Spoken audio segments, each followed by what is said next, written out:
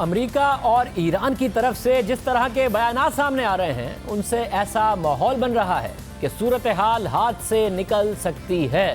صورتحال یہ ہے کہ اگر ایران نے جواب نہ دیا تو ایرانی حکومت کو اپنے ہی عوام کی طرف سے شدید دباؤ کا سامنا کرنا ہوگا، اور اگر ایران کوئی کارروائی کرتا ہے تو پھر امریکہ کو جواب دینا پڑے گا، کیونکہ امریکہ میں بھی انتخابات قریب ہیں، اس لیے دونوں ممالک جنگ کی طرف بڑھ سکتے ہیں۔ گزشتہ روز ایران کی سپریم نیشنل سیکیورٹی کونسل کا غیر معمولی اجلاس ہوا۔ اس اجلاس میں ایران کے سپریم لیڈر آیت اللہ خامنائی نے شرکت کی اور انہوں نے ایرانی فورسز کو ہدایت کی کہ امریکی مفادات پر براہ راست حملہ کیا جائے، براہ راست۔ پھر آج ایران کی سپریم نیشنل سیکیورٹی کونسل کے سیکریٹری نے بیان دیا ہے کہ کونسل میں انتقامی کارروائی کے لیے 13 طریقہ کار پر غور کیا گیا ہے، جس میں سے اگر سب سے کم شدت کے طریقہ کار پر بھی اتفاق ہو گیا تو وہ امریکہ کے لیے ایک بھیانک تاریخی خواب ثابت ہوگا۔ پھر ایران کے وزیر خارجہ جواد ظریف نے آج الجزیرہ ٹی وی کو انٹرویو میں کہا کہ خطے میں امریکہ کے دن گنے جا چکے ہیں، ہم اپنے شہریوں اور فوجی افسران کے تحفظ کے پابند ہیں۔ امریکہ نے جنرل قاسم سلیمانی پر حملہ کر کے جنگی قدم اٹھایا ہے، جس کا ایران جواب دے گا۔ ایران میں سخت غم و غصہ ہے، لوگوں کی بڑی تعداد نے جنرل قاسم سلیمانی کی تدفین میں شرکت کی اور بڑی تعداد میں لوگوں کی شرکت اور تنگ راستوں کی وجہ سے بھگدڑ مچ گئی، جس کے نتیجے میں اب تک 40 افراد مارے جا چکے ہیں، 213 زخمی ہیں۔ بھگدڑ کے بعد تدفین ملتوی کر دی گئی ہے، مگر جنازے کے شرکاء سے خطاب کرتے ہوئے پاسداران انقلاب کے سربراہ نے کہا کہ ہم اپنے دشمن سے کہتے ہیں کہ ہم بدلہ لیں گے، اگر انہوں نے اب کوئی قدم اٹھایا تو ہم ان کے پسندیدہ مقامات کو جلا دیں گے۔ ایک کے بعد ایک ایرانی رہنما کا امریکہ مخالف بیان سامنے آ رہا ہے۔ ساتھ ہی ایران کی پارلیمنٹ نے تمام امریکی فوجیوں کو دہشت گرد قرار دے دیا ہے۔ عراق سے امریکی فوج کی واپسی کے حوالے سے بھی عجیب صورتحال سامنے آئی ہے۔ ایک امریکی جنرل کا خط سامنے آیا جس میں امریکی فوج کے عراق سے انخلاء کی تجویز پیش کی گئی تھی۔ بعد میں امریکی حکام نے خط کو اصلی قرار دیا، مگر اس کے منظر عام پر آنے کو غلطی قرار دیا۔ اس کے علاوہ امریکی سفارتی محاذ پر بھی سرگرم ہے امریکہ۔ امریکہ نے 9 جنوری کو ہونے والے اقوام متحدہ کی سلامتی کونسل کے اجلاس میں شرکت کے لیے ایرانی وزیر خارجہ محمد جواد ظریف کو ویزا دینے سے انکار کر دیا ہے۔ سخت کشیدگی ہے اور حالات جنگ کی طرف بڑھ سکتے ہیں، مگر ان کشیدہ حالات میں 2 نمبرز کا ذکر ہو رہا ہے۔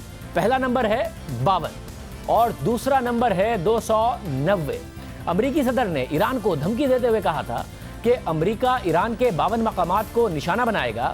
امریکی صدر کی اس دھمکی کے جواب میں ایرانی صدر نے انہیں 290 کا نمبر یاد دلایا۔ ایرانی صدر نے ٹویٹ کیا کہ جو 52 کے نمبر کا حوالہ دے رہے ہیں انہیں 290 کا نمبر بھی یاد رکھنا چاہیے۔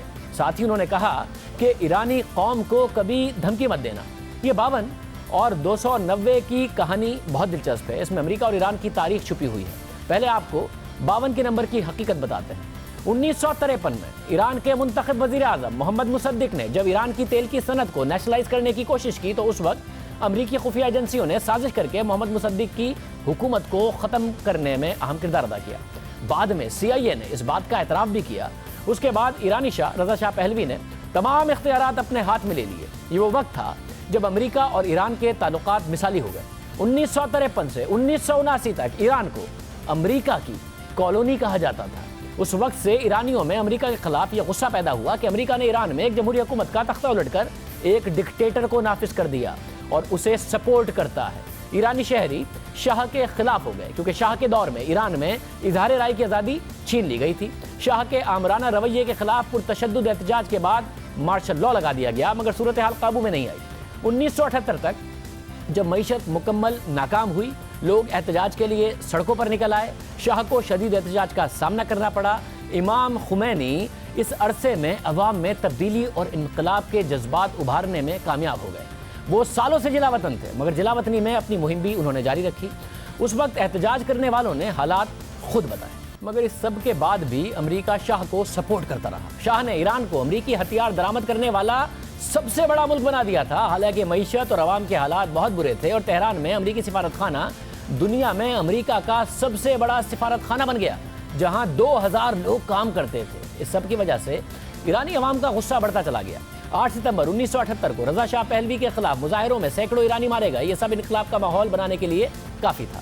اس وقت خود امریکی اسٹیٹ ڈپارٹمنٹ کے اہلکار کہتے ہیں کہ امریکہ سے غلطی یہ ہوئی کہ ہم نے شاہ کو ہی ایرانی سمجھ لیا تھا، شاہ کو ہی ایران سمجھ لیا تھا، اور یہ بھول گئے تھے کہ امریکہ ایک ملک ہے جس کی اپنی ایک سیاست ہے۔